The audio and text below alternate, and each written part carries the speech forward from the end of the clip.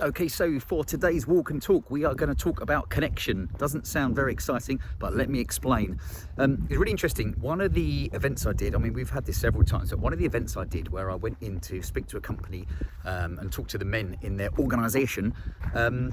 And we started off by doing something highly technical by basically saying, like, tell us your name and not what do you do, but what do you do for fun.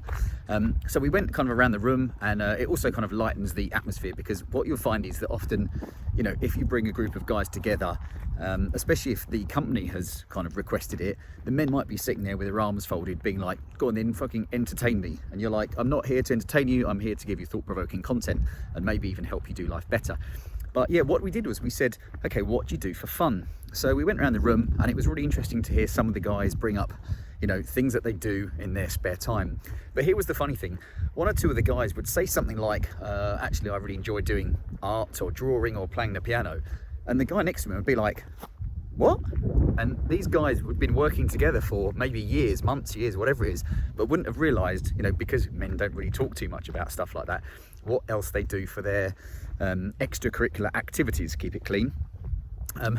And this was one of the things we spoke about also via one of the e-letters about working from home, because what again it does is it takes away that kind of those opportunities to talk about stuff that, you know, you wouldn't have a Zoom call just to have a chat with someone, but maybe when you're on the train or you're grabbing a coffee or something like that, you know, those are the times that you have a bit of a chat or a lull between work.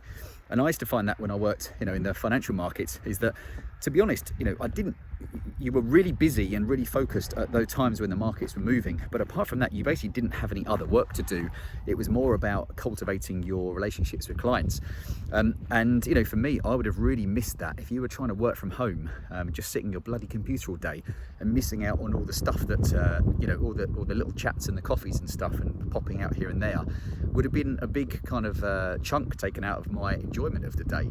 And that's why when we talk about on the e-letter, which again the link will be below, whether this is on LinkedIn, YouTube, or have you, for guys to sign up to. This is one of the big things we've covered, you know, for months and months and months now, is the value of connecting with guys, A, for your own network, and B, just for your mindset as well, to be honest, because you all know how good it is when you connect with other guys who, you know, you can have maybe a chance to let off steam with. So if you haven't already, or you know a guy who you might find interesting, feel free to hit the link and sign up for our e-letter. And also we're getting very close to releasing the details of our next, let's call it event for men, or dinner for men, which will be coming at the end of November. So keep them peeled for that. And apart from that, I just want to show you what a beautiful view it is in the Cotswolds. It's different to working in a city, but it's a lot more peaceful. So from that, enjoy the rest of your day, and we'll be back with another walk and talk with some thought-provoking content very soon. And last thing is to remember that the world needs strong men. Right, I'm out of here.